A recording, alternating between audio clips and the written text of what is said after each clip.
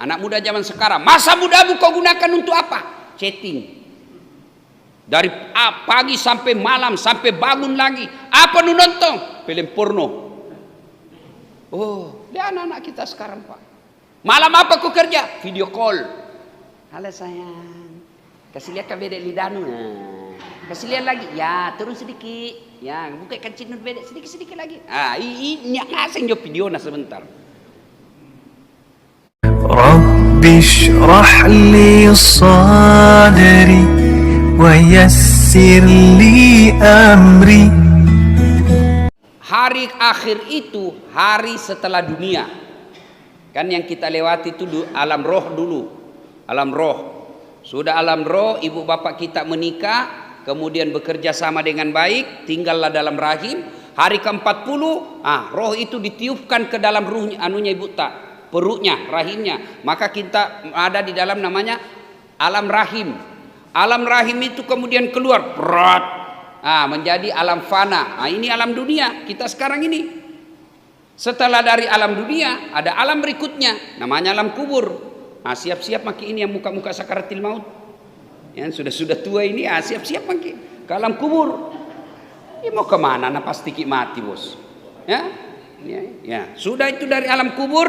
Kemudian kita dikumpul, dikasih bangkit lagi kita. Namanya hari kebangkitan. Jadi seluruh manusia dari Adam sampai kiamat, setelah hari kiamat hancurkan sehancur-hancurnya di dunia, tidak ada lagi tinggal. Maka dibangkitkan maki. Hari kebangkitan. Nah, siapa dulu yang bangkit? Dialah Rasulullah Muhammad sallallahu alaihi wasallam. Nabi bangkit. Oh, itu kuburnya seperti ini. Diangkat jenazahnya, lalu beliau bangun, dia gosok matanya, terbuka matanya. Begitu terbuka matanya, kira-kira kalau Palali bangun hari kiamat, siapa dulu bapak cari? Siapa kira-kira? Kalau saya pasti ku cari dulu, mana anakku, mana istriku, mana bapakku. Tapi tidak. Nabi begitu terbuka matanya berkata, ya Jibril, langsung lihat Jibril. Jibril, hari apa ini? Dan badannya Nabi yang bangkit itu seperti utuhnya ketika hidup. Tidak dimakan cacing tubuh beliau, tidak dihancurkan tanah tubuh beliau, sama ketika hidup. Tidak ada kurangnya. Cakep, bersih badan beliau. Keluar menurut hadis. Digosok matanya, ya Jibril, hari apa ini? Jibril menjawab, ya Muhammad, inilah hari kebangkitan. Ipoto no, hari kebangkitan ini. Lalu beliau tanya, ya Jibril, kalau ini hari kebangkitan, apa beliau tanya bapaknya? Mana bapakku yang tidak pernah kulihat? Tidak. Mana ibuku yang cuma 2 tahun saya bersamanya? Mana cucuku Hasan Husain? Tidak. Lalu siapa yang dia tanya? Ya Jibril, kalau ini hari kebangkitan, aina ummati? Mana umatku? Mana das'an? Mana pun? Mana semua itu umatku? Tidak ada satupun keluarga beliau yang dicari. Begitu cintanya Nabi kepada kita. Bagaimana cinta kita kepada Nabi? Bagaimana cinta kita kepada Nabi? Anak muda, berapa anaknya Nabi? Apai?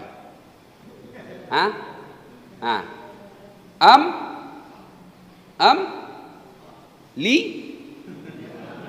Tu? Bingung maki?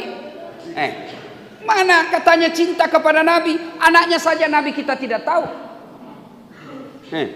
Mana katanya cinta kepada Nabi? Nabi itu bangkit, pertama kita semua yang dicari. Lalu cinta kita kepada Nabi mana? Nah kita katanya cinta sama Nabi. Berapa anaknya Nabi? Berapa Pak? 7. Berapa istrinya? Oh, kalau istrinya nak tahu semua ini. Ya. Nah, hari kebangkitan tiba, dikumpullah kita dari Adam sampai kiamat. Berapa triliun manusia waktu itu, Pak? Di Pasipuluk, Pak. Satu tempat namanya Padang Mahsyar. Oh, diperiksa semua orang, Pak. Di Padang Mahsyar itu nanti diperiksa kita satu demi satu. Tapi sebelum diperiksa puasa, sebelum diperiksa sholat, sebelum diperiksa haji, sebelum diperiksa dan lain-lainnya, Niat nyun karena seleksi berkas. Berkasnya dulu diperiksa. Dan berkas-berkas yang akan ditanya di berkas-berkas itu ada 4. 4 yang akan ditanya. Sebelum kata Nabi bergeser kakinya Das'at untuk diperiksa semua-semuanya, ditanya dulu 4 hal. Apa itu? 1, catat memang maki, siapkan jawabannya. Ku kasih bocor soalnya ini subuh. Jangan ceritakan sama yang tidak datang. Jangan cerita, biar tuh tidak nak tahu dia. Ini kita mau saja ini yang datang ya. Ini pertanyaannya yang pertama, siapkan memang jawabannya. Ya. Pertama ditanya, masa mudamu kau gunakan untuk apa? PBB tentu tatan, sediakan maki jawabannya. Masa muda untuk apa? Ditanya semua. Dan jangan pikir malaikat bisa disogok. Dia mau kau dia bikin repo ini 1 miliar ambil mungkin cepat mau selesaikan pertanyaan. Tidak bakal itu Pak. Masa mudamu kau gunakan untuk apa? Begitu kita berbohong langsung diputarkan pelenta. Nah kan ini lihat kau pelem ini. Waktu nu bonceng cewek nu pakai rem depanmu terus. Bawa diperiksa kasih Pak. Ini waktu nun malam minggu alasan bawa silver coin mau kau balik pegang sesuatu. Ada semua itu. Masa mudamu kau gunakan untuk apa? Das'at Latif maju. Masa mudamu kau gunakan untuk apa? Remaja masjid di Nurul Iman Bumi. Apa kau kerja di situ? Ramadan kasih bangun-bangun orang. Sahur. Subuh sebelumnya setelah siar sahur saya sholat tahajud sampai masuk waktu imsak makan. Siang apa kau kerja? Ya kita pergi potong padi. Supaya kalau libur potong padi ada dipakai bayar. Kau kenal cewek? Kenal tonji. Tapi senter-senter belah. Kan dulu itu mana bisa kalau seperti sekarang Pak. Anak muda sekarang itu masa dulu. Anak muda zaman sekarang, masa mudamu kau gunakan untuk apa? Chatting. Dari pagi sampai malam sampai bangun lagi. Apa nu nonton? Film porno. Dia anak-anak kita sekarang Pak. Malam apa kau kerja? Video call. Halo sayang. Kasih lihat bedek lidahmu. Kasih lihat lagi. Ya, turun sedikit. Ya, buka kancing bedek sedikit lagi. Ini asing jo video sebentar. Masa mudamu kau gunakan untuk apa? Bagi adik-adik ini remaja masjid, masih bisa dievaluasi, masih bisa diperbaiki. Tapi kita yang lewat nih, Bapak ini, masa muda tak bisa dibayangkan apa dulu dibikin. Ya, bisa tahu semua. Susah diperbaharui. Kalewat nih. Apa itu? Jawab nih. Bayangkan itu. Jadi kalau pulang nanti supaya lengkap nanti jawabannya catat memang nih Pak. Catat. 17 tahun saya balik. Pernah Kak picuri sendal Pak Imam. Mengaji, kupukul temanku, kubuli temanku. Semua itu catat. Baiknya itu dicatat. Tujuannya apa? Subhanallah. Allah masih kasih kita waktu untuk mengedit masa lalu tak. Bagaimana cara mengeditnya? Taubat. Sebelum ini diputus, sebelum ini film ditayangkan di akhirat, sebelum semuanya masa muda tak dulu itu yang salah-salah kita pertanggungjawabkan. Wala tai'asu mir rauhillah. Jangan kau putus asa kata Allah. Ada waktu untuk evaluasi, ada waktu untuk mengeditnya. Bagaimana cara editnya? Taubat. Taubat maki. Ya Allah, hilap kak dulu ya Allah. Pernah dulu ada cewekku ya Allah, hilap kak ya Allah, hilap saya. Sudah itu datangi itu orang minta maaf. Itu pentingnya tadi saya bilang catai. Apa aku lakukan? Sudah itu cari satu-satu yang pernah kita sakiti. Pak Imam yang pernah kita curi sendalnya karena panjang dulu imamnya waktu sembahyang dicuri sendalnya.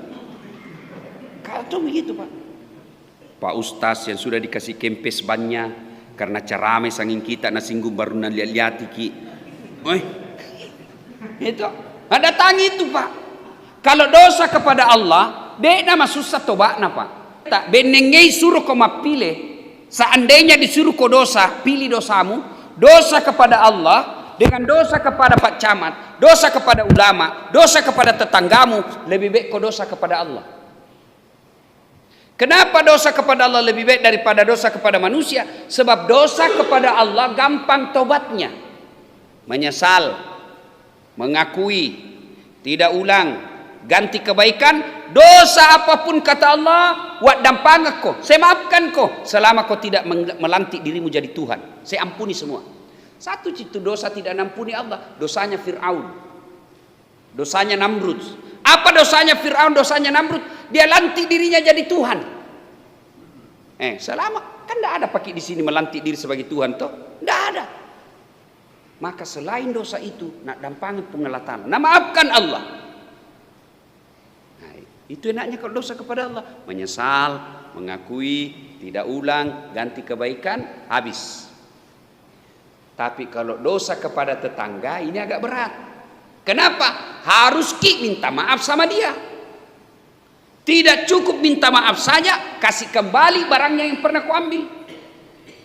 Bertetangga, misalnya kemarin bertetangga kita ambil tanahnya tetangga diserobot 1 meter, syaratnya pamoter iki bos. Selama tidak dikasih kembali itu tanahnya tetangga taubatnya tidak diterima dan akan berperkara nanti di akhirat. Ya Allah, nambil itu tanahku 30 cm. Gara-gara tanahku nambil 30 cm, tiap hujan di Makassar pasti banjir aku dong.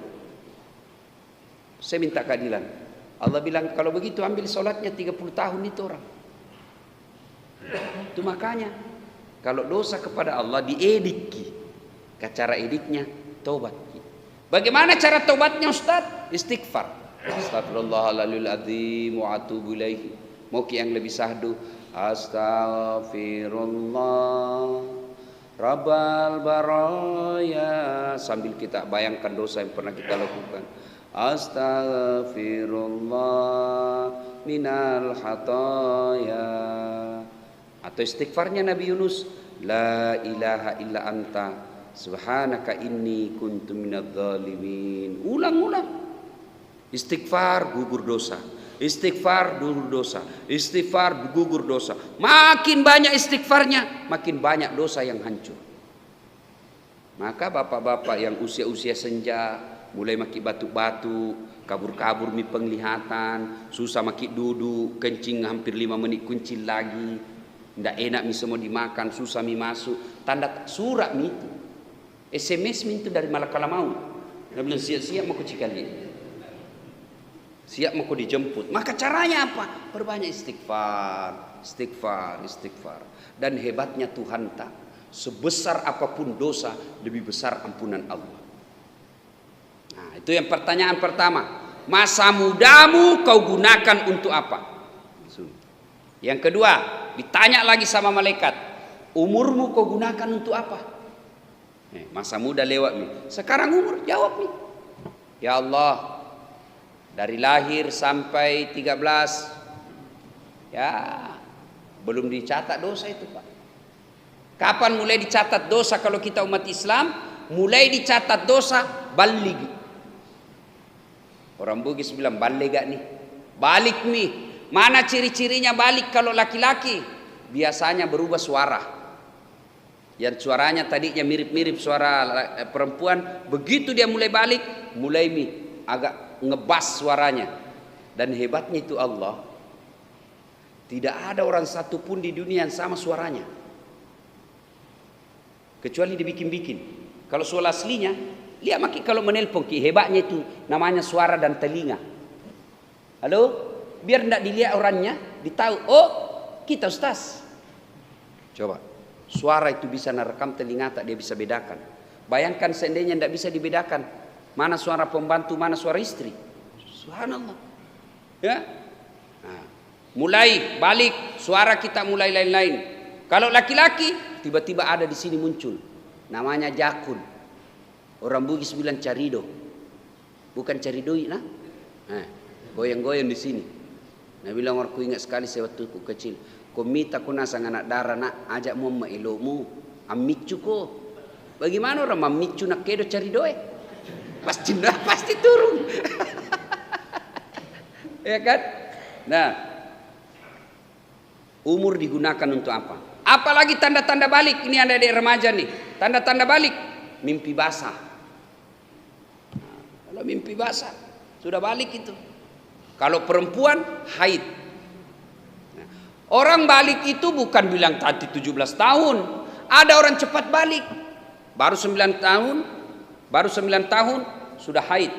Ada perempuan begitu sekarang. Karena pengaruh dari hormon. Suka film-film porno dia nonton, makanan juga ikut berpengaruh. Kalau zaman-zaman dulu barangkali anak muda balik usia 15 tahun, ada juga 16 tahun. Sekarang ada 9 tahun sudah mimpi basah. Ya? Nah, tuh. Nah, kemudian pertanyaan ketiga. Ini agak penting dibahas. Hartamu kau gunakan untuk apa? Kau belanjakan untuk apa? Bayangkan nih Pak. Itu tadi umur, masa muda, satu pertanyaan. Umurmu kau gunakan untuk apa? Satu pertanyaan. Tapi berkaitan harta, dua pertanyaannya. Hartamu kau dapat dari mana?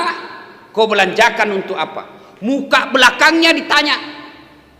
Dari mana kau dapat hartamu? Parkir. Makin jadi tukang parkir. Apa sepenuhnya halal? Tidak.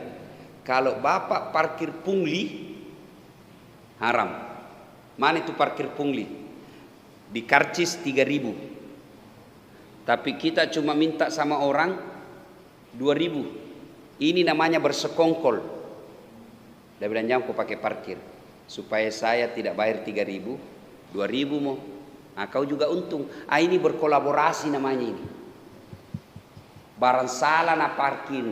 Kalau dia ini tukang parkir seperti ini, ya, ini yang namanya pungli, pungutan liar, haram.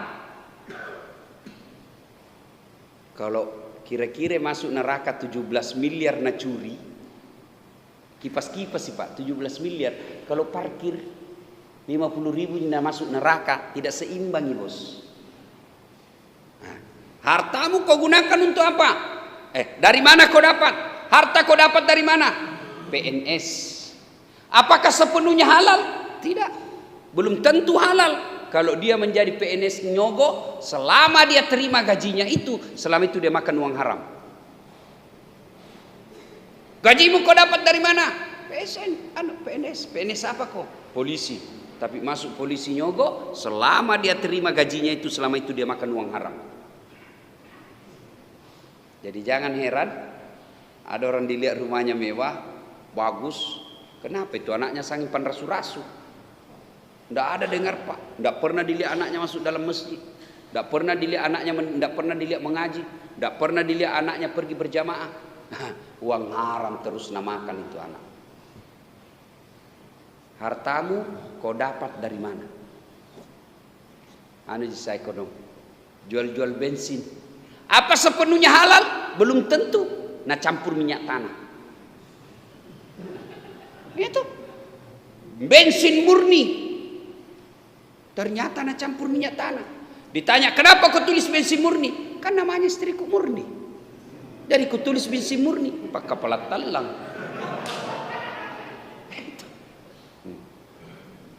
Maka hati-hati. Hartamu kau dapat dari mana? Pakai kontraktor. Oh, hati-hati kontraktor. 9 semen dipakai harus tertulis di situ. 5 jina pakai. Hati-hati. 4 sak semen ditimbung kau nanti bos. Disamek, dibeton kau. Hati-hati Pak. Hartamu kau dapat dari mana? Hati-hati. Nah ini yang membuat kita nanti akan berurusan di akhirat. Banyak masuk neraka gara-gara harta. Saya heran lihat orang yang mencuri uang, menghalalkan segala cara, banyak nih rumahnya, makan juga sudah dilarang makan nasi. Kan ada itu orang banyak uangnya tapi dilarang makan nasi, tapi masih serakah Pak. Mau kau apa? Kau makan saja paling 1 mangkok coto selesai perut. Nah, tidak habis itu hartamu, tapi masih mencuri kiri kanan, ngambil kiri kanan, itu setan. Maka untuk soal harta ini Allah ajarkan kita, wa barakatan fir rizqi. Ya Allah, berikan kami rezeki yang barakah. Apa itu berkah? Banyak? Tidak. Sedikit? Tidak tentu juga. Apa itu berkah? Penuh manfaat. Ada orang pak pegawai honor di suami istri, tapi alhamdulillah bisa pergi umroh. Barakah itu hartamu, bos. Ada orang hartanya berlimpah-limpah, banyak sekali uangnya, tidak pernah pergi lihat tanah suci. Tidak berkah itu hartamu. Ada orang banyak uangnya, tapi tidak pernah kita dengar nyumbang di masjid. Tidak berkah. Ada orang sekedarnya saja kasihan penghasilannya, tapi setiap ada pembangunan masjid, tahu ada 2 sakna semin. Berkah itu. Dia tidak kaya, tapi setiap Ramadan pasti papa bukai meskipun seadanya saja. Dan orang kaya sekali seumur hidupnya cuma 1 kali papa buka, itu tidak berkah hartamu. Nah, ditanya hartamu kau dapat dari mana? Maka silakan maki jawab itu. Harta dari mana? Bangun-bangun rumah. Dilarang berusaha? Tidak. Yang dilarang menipu pembeli. Wa ahallallahu bai'a wa harramar riba. Allah halalkan jual beli, tapi Allah haramkan riba. Apa itu riba? Menipu pembeli. Berapa harganya ini? 70 juta. Badai, mahal nak kodo. Mana bisa? Itu lagi na modal jiku kasih ko, bos. Karena temangki modal jiku kasih ko. Padahal niat minuntuna 10 juta. Demi Allah 10 jutanya itu haram kau makan. Karena kau tipu orang. Bagaimana paling dagangnya Nabi? Contoh Nabi. Berapa ini Muhammad? Ya, Aisyah kasih kak, Khadijah kasih kak modal 10 dirham. Terserah mi kate. Mau ki beli modal, alhamdulillah ndak rugi kak. Tapi mau ki kasih untung kak juga, boleh. Ini yang banyak ini penjual ikan kasihan.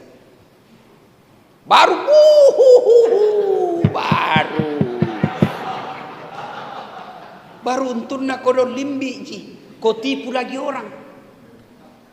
Hati-hati. Maka berdagang itu, berniaga itu, berbisnis itu adalah pekerjaan yang paling berat buat kita.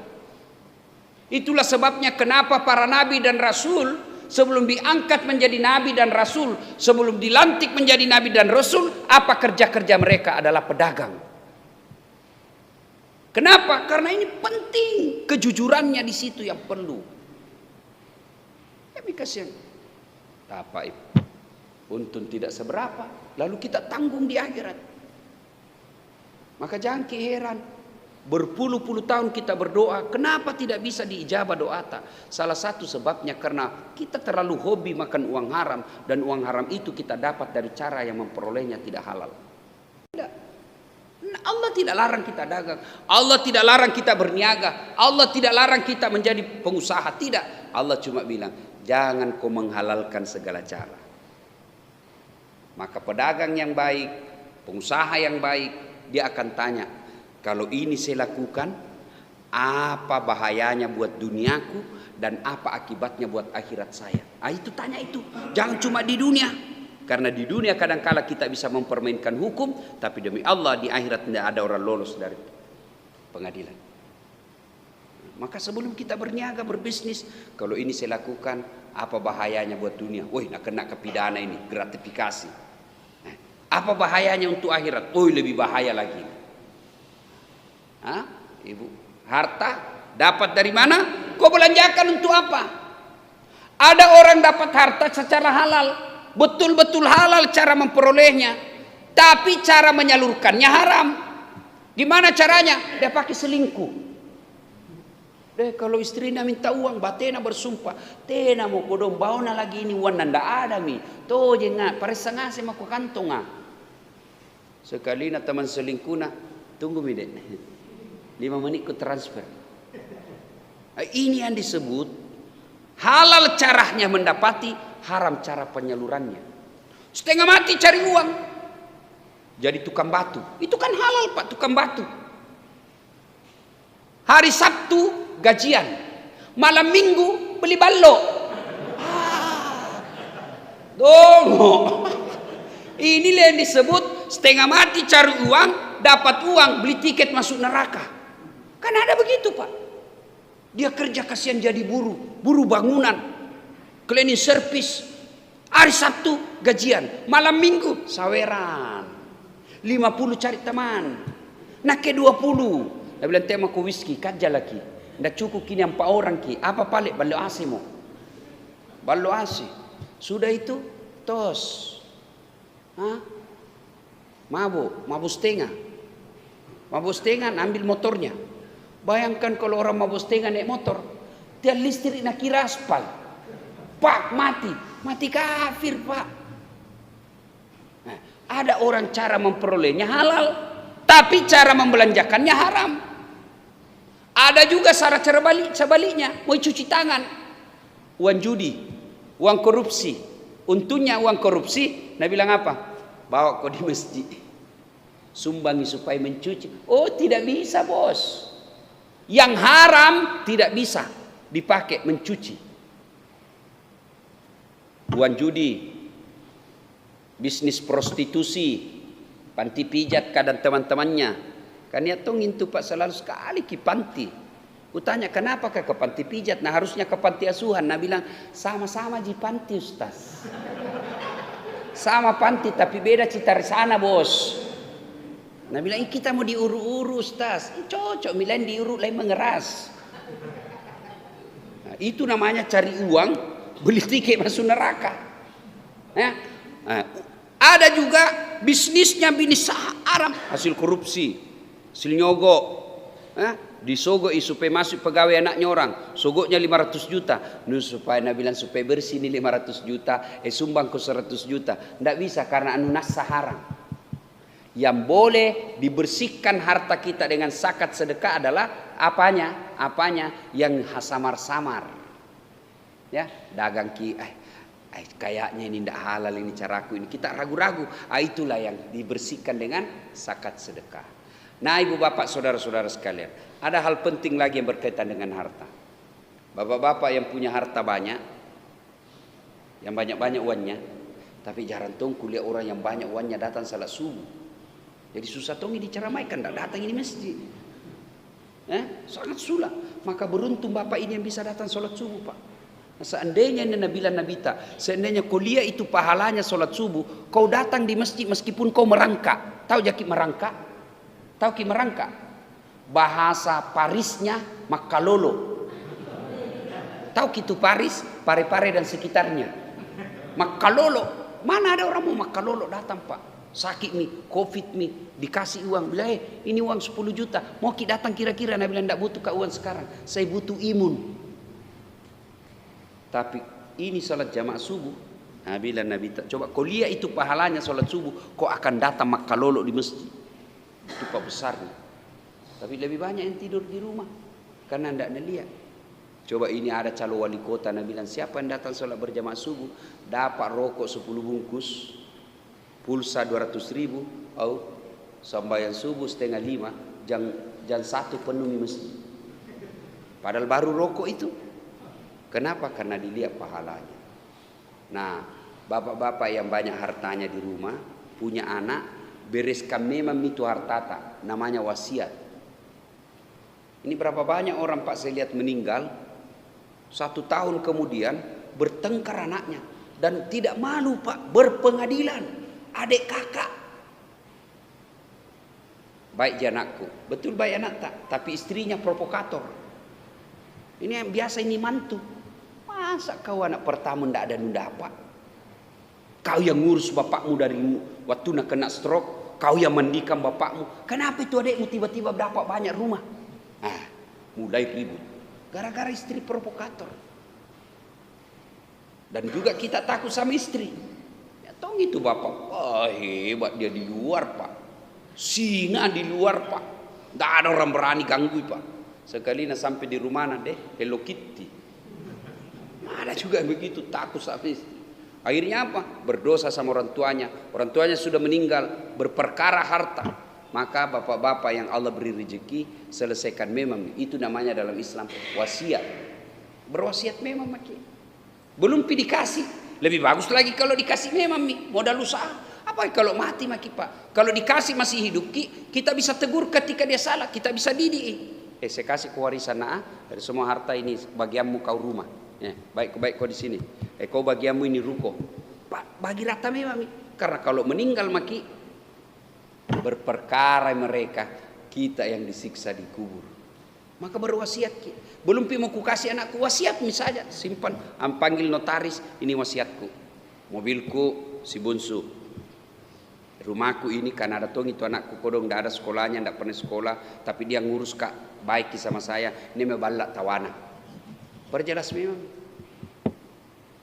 ya itu kebun di kampung karena ada anakku suka sekali pulang kampung itu bagiannya catain semua supaya kita meninggal datang notaris bacakan ini wasiat aman anak-anak. Tapi kalau tidak lihatlah itu sekarang berperkara maka sebenarnya warisan sebaik-baik warisan untuk anak itu bukan harta tapi apa? Ilmu. Kasih dia ilmu biar dia hidup dengan ilmunya dan itu ilmu tidak bisa narampok saudaranya. Dan yang terakhir yang akan ditanya di akhirat kelak yaitu ilmumu kau gunakan untuk apa? Arsitek gunanya untuk apa? Itu ilmu bawa tong supaya gampang masuk surga. Saya arsitek Ustaz. Alhamdulillah. Manfaatkan itu ilmu untuk kebaikan. Apa? Gambar masjid.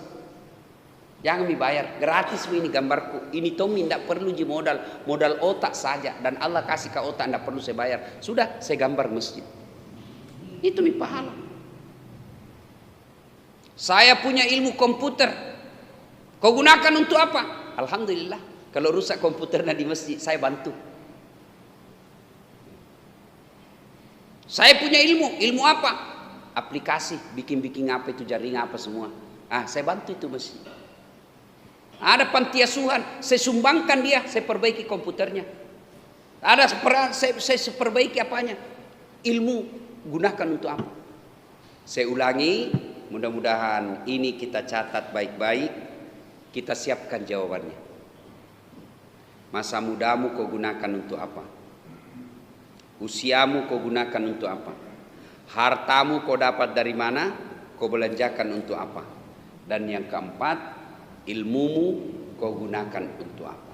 Semua ini kita jawab, pasti kita hadapi. Maka sebaiknya persiapkan jawabannya mulai sekarang.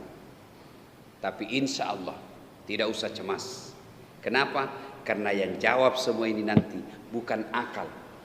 Biar kita sudah bikin itu jawabannya lalu kita kantongi, kita kasih tahu anak tak kasih masuk nanti di kain kafan supaya saya bisa jawabannya. Tidak bisa Pak.